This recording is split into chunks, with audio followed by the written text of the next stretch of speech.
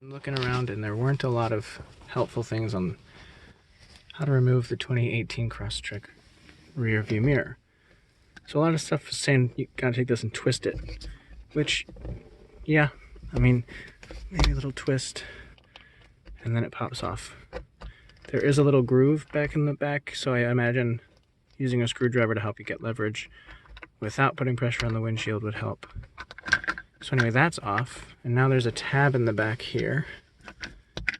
It's kind of hard to get with your finger, but it is possible. And just pulling down on the tab kind of automatically allows you to slide it upward at the same time. So once it's loose, you can grab it with your other hand and take it off. Okay. So that's what the original rearview mirror looks like.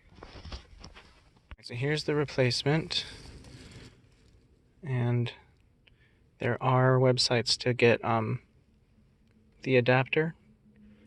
So this was listed as a Subaru part, but I don't see the word Subaru on it.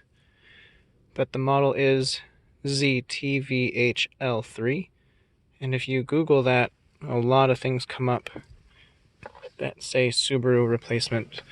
And I will tell you, it does slide on with, so let me show you the back. So this is the way it came in the mail from eBay. There's no metal retainer like there was on the original one. How that has that metal bracket that I see in a lot of Subaru videos. This one does not have it, but it slides on with no problem and secures. I had it secured. I just gotta get both feet on it. There we go. Now that both feet are on. No. I got it my first try, and then I tried to do it for the video, and it's not working now. There. Okay. Now it's secure on there. So no clips needed. And then the home link is, take this panel off.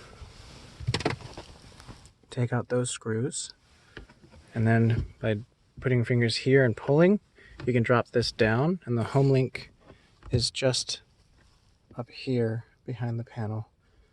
So this whole thing will drop down.